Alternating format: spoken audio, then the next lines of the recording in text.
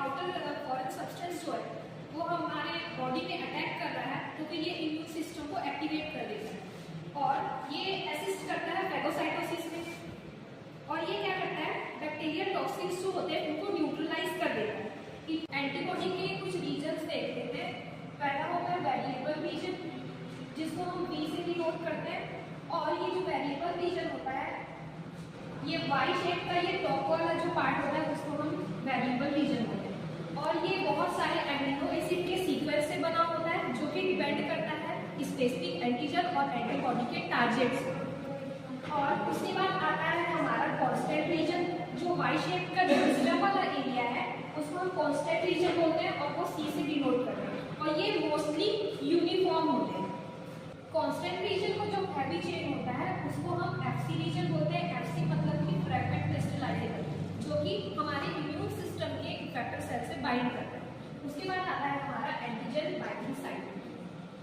ये है Y shape के जो दोनों साइड जो एंटीबॉडी का जो टॉप वाला एरिया है वहाँ पे एंटीजन बाइंड करते हैं।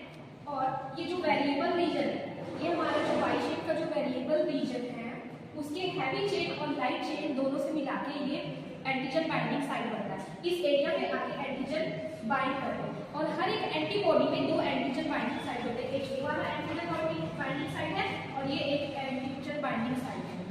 और इसको हम फैब रीजन भी बोलते हैं। उसके बाद आता है हमारा हाइम रीजन। हाइम रीजन जो है वो एंटीबॉडी के स्ट्रक्चर को फ्लेक्सिबिलिटी प्रोवाइड करता है। और उसके बाद आते हैं इसके टाइप्स में। इसके होते हैं 5 types, IgG, IgA, IgM, IgE और IgE। इसके टाइप्स के बारे में देख लेते हैं। तो IgG जो होता है वो हमें लॉन्ग टर्म प्रोटेक्शन प्रोवाइड करता है पैथोजन के अगेंस्ट। और ये मदर से बेबी के ब्लड में भी ये ट्रांसफर हो जाता है, जो पैसिव इम्यूनिटी प्रोवाइड करता है। प्लासेंटा के थ्रू ये मदर से बेबी में जाता है और उसके बाद उसे पैसिव इम्यूनिटी प्रोवाइड करता है। और ये IgG जो होता है वो एंटीबॉडी के सिंगल यूनिट से बनता है। और साथ ही साथ ये जो है वो बी लिम्फोसाइट मेम्ब्रेन से बाइंड नहीं करता है। उसके बाद आते हैं IgA। ये हमारे म्यूकोसल सीक्रेशंस में पाए जाते हैं, जैसे कि सलाइवा, म्यूकस, ये सब में। और ये हमें बैक्टीरियल पैथोजन से इम्यूनिटी प्रोवाइड करते हैं। और ये होता है डाइमर स्ट्रक्चर का होता है, जो कि 2 एंटीबॉडी के यूनिट से बनता है। और उसके बाद आते हैं IgM। और ये होता है पहला एंटीबॉडी जो होता है हमारे बॉडी में जब कोई एलर्जिक रिएक्शन होता है या इन्फेक्शन होता है हमारे बॉडी में, एलर्जिक रिएक्शन इन्फेक्शन जब होता है तो ये पहला एंटीबॉडी होता है जो हमारा इम्यून सिस्टम प्रोड्यूस करता है। और ये उसको बैक्टीरियल पैथोजन को खत्म कैसे करता है, ये एक एंटीबॉडी पैथोजन कॉम्प्लेक्स का एक क्लब फॉर्म कर देता है और बैक्टीरियल पैथोजन को खत्म कर देता है। और IgM जो होता है वो बी लिम्फोसाइट मेम्ब्रेन से बाइंड करता है। ये जो 5 एंटीबॉडीज का जो टाइप है उसमें से IgM और IgD जो है वो बी लिम्फोसाइट मेम्ब्रेन से बाइंड करते हैं। और बाकी जो IgE, IgA और IgG जो है वो बी लिम्फोसाइट मेम्ब्रेन से बाइंड नहीं करते। और ये जो IgM जो है उसका स्ट्रक्चर पेंटामेरिक होता है, जो कि 5 एंटीबॉडी के स्ट्रक्चर से यूनिट से बना होता है।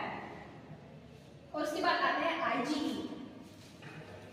IgE जो होता है वो हमारे बॉडी में जैसे कोई फूड या फिर पॉलन से या फिर कोई एलर्जिक रिएक्शन होता है या फिर कोई पैरासाइट हमारे बॉडी में अटैक कर रहा है, तो उस कंडीशन में ये IgE जो है वो एक्टिवेट हो जाता है। ये जो एंटीबॉडी है ये उसमें हमें हेल्प करता है बैक्टीरियल पैथोजन को खत्म करने में।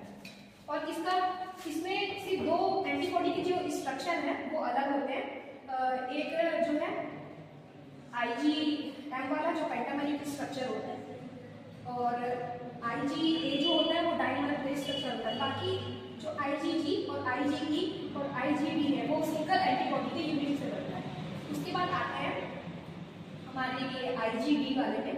ये ऐसा एंटीबॉडी है जो अभी इसका कोई फंक्शन अभी आइडेंटिफाई नहीं हुआ। तो हमारी बॉडी को लो कॉन्सेंट्रेशन में प्रोड्यूस होता है और इसका भी कोई फंक्शन ये बट माना जाता है कि ये बी सेल रिसेप्टर के का काम करता है।